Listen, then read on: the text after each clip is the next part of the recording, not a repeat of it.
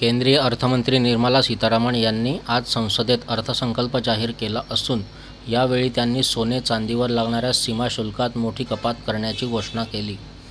त्यानुसार आता सीमाशुल्क 6% इतके कमी करण्यात आले असून यामुळे आज मंगळवारी सराफा बाजारात सोन्यासह चांदीच्या किमतीत मोठी घसरण दिसली।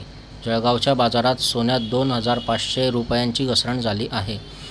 काल जळगावच्या बाजारात सोन्याचे भाव हे 73,300 इतके होते।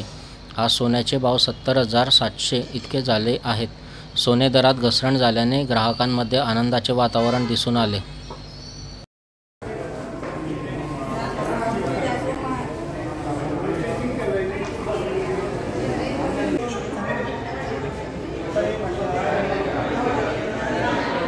दादा काय सांगणार, सोन्याच्या भावामध्ये या ठिकाणी घसरण झालेली या ठिकाणी पाहायला मिळते, चांदीच्या भावात घसरण झालेली पाहायला मिळते, नेमकं काय सांगणार? आज बजेटमध्ये कस्टम ड्युटी जी पहिले लागायची ती 6% गोल्ड आणि सिल्वरवरती आता कमी झालेली आहे। तर त्याच्यामुळे याचा परिणाम थेट गोल्डच्या भावावरती पडला।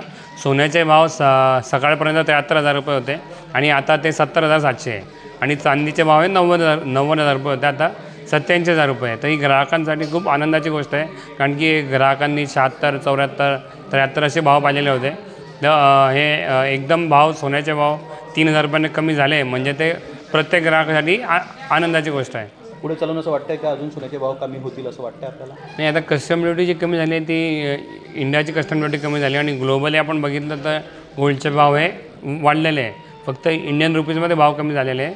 तर त्याच्यामुळे भविष्यात 1,500चं फ्लक्च्युएशनची शक्यता आहे आणि अजून पुढे काय होतं ते बघू आता।